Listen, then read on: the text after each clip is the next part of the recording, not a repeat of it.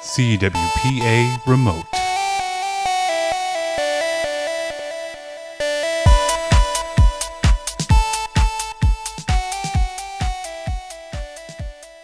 Do you have Hi, I'm Ed Hans, Director of Communications for the Collegiate Water Polo Association, and this is CWPA Remote. With me today is second-year MIT head coach, Austin Ringheim. How are you doing today? Doing well, Ed. How are you? All right. Well, let's start off with the easy question first. Talk a little bit about your history. How'd you get into water polo, and what brought you to MIT? Yeah. So for me, I had a little bit of a different experience. I was playing basketball, baseball, everything growing up, and then I had actually some knee kind of problems going into middle school. And at the time, I had my best friend playing, and basically my dad said, you're going to be an athlete. We play sports in our family, and if aquatics is what we have to do, you're going to stay active. So I went to water polo practice the first day, and I had another friend who I'd played baseball with at the time, Matt Korb, Bob Korb's son, and we both basically started, and we were hooked. So it was an awesome start. So basically from there, fell in love with it, and went full speed from the high school club ranks, and then went all the way through college, and started coaching pretty much right into it.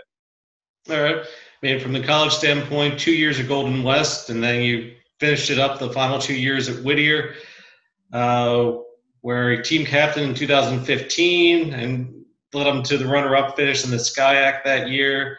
Member of the 2014 Whittier team that won the SCIAC championship and qualified for NCAAs. You're named to the 2015 SCIAC sportsmanship team. What was that transition coming into Whittier, your junior year, and then your final 2 years playing at Whittier, and then having that level of success you did those 2 years while you were there?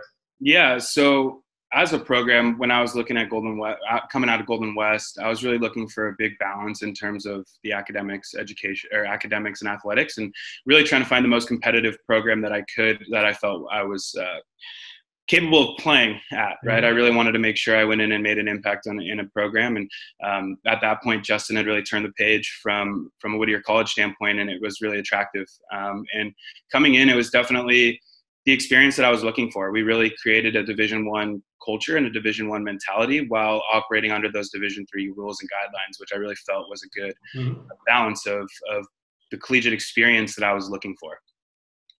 All right.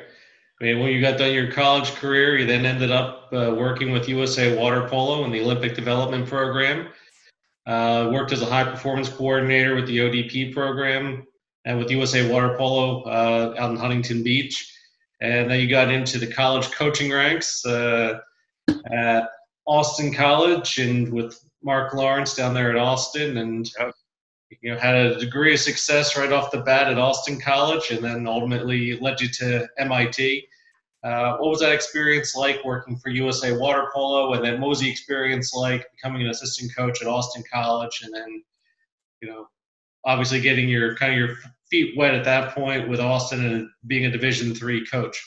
Yeah, absolutely. So going through my junior and senior year of college, I knew that I wanted to stay in the sport, but I also kind of had that drive to check out like a sports management side and maybe an administrative role. And so right when I graduated, I was fortunate to get an internship under John Abdu in the high performance department. And that really exposed me to so many different avenues and opportunities within our sport. A lot of the stuff that I had really seen from our sport was from a playing perspective, and really getting to work at the office and at USA Water Polo. It was definitely an eye-opening experience, and really kind of showed me a lot of the intricacies of really what goes on behind our sport and how much everyone works to really keep everything going the way that it's been going.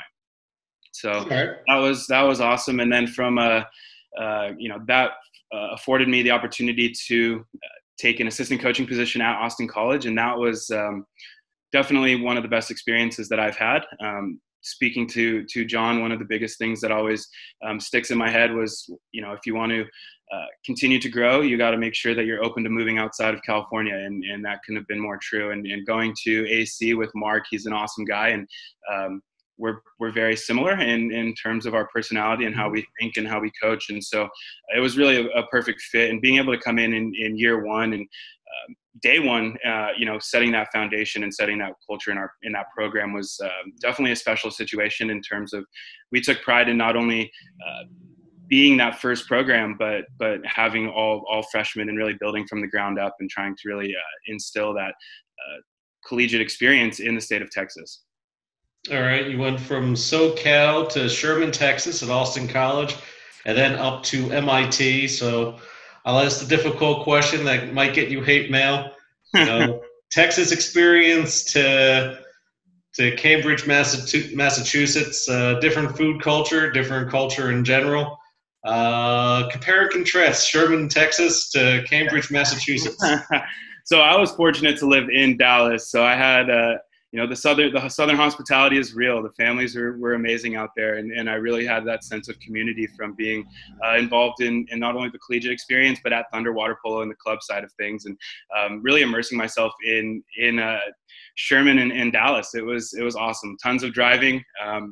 Lots of seeing the Metroplex and tons of hours in the car. But, the families and the kids that are out there were definitely something that were second to none in terms of creating that experience that I had last year. And then coming to Cambridge, it was definitely a huge change. I went from being in my car a handful of hours a day to walking across the bridge to my work. So it was awesome. And to me, the biggest thing that stands out is just my scope of who I work with and really being involved in the MIT community, and the stuff that's going on campus is unreal. Some of the stuff that I never thought I'd be exposed to, and stuff our kids do outside of the pool is just so interesting to me to listen to and just kind of hear what they do, outside the water and from a work standpoint, research standpoint, or for fun. So it's definitely been a little bit of a different change, but I'm definitely happy with both places that I was at. All right, Austin, when you were there from the women's standpoint in the CWPA, you guys finished as the runner-up at the CWPA championship. You then leave Austin, go to MIT, and right off the bat, third place finish at the inaugural USA Water Polo D3 championship. Most wins in a season since 2015. You defeated Johns Hopkins, who obviously MIT has a little bit of history with. 20-13 in the USA Water Polo D3 Championship third place game.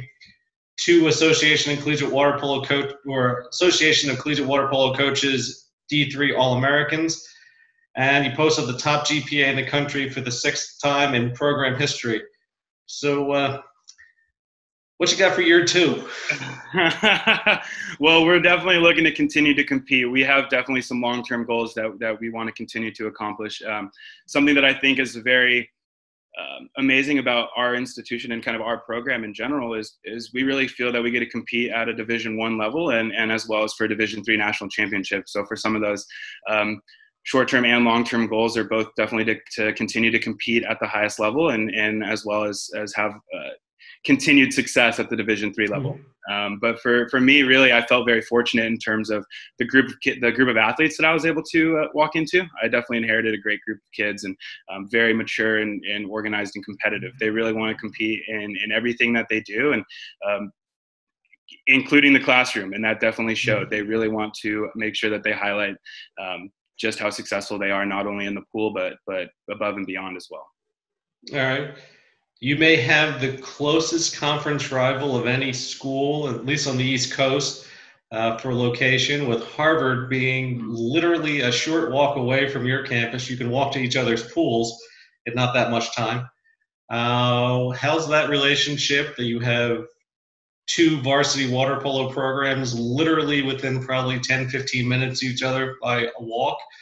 And how's that relationship with Ted Minnis at Harvard? And, obviously you probably cross over a bunch into the recruiting game as well. So, you kind of clash both in the water and the recruiting game. And the follow-up question to that is also, how do you approach recruiting at a highly academic institution?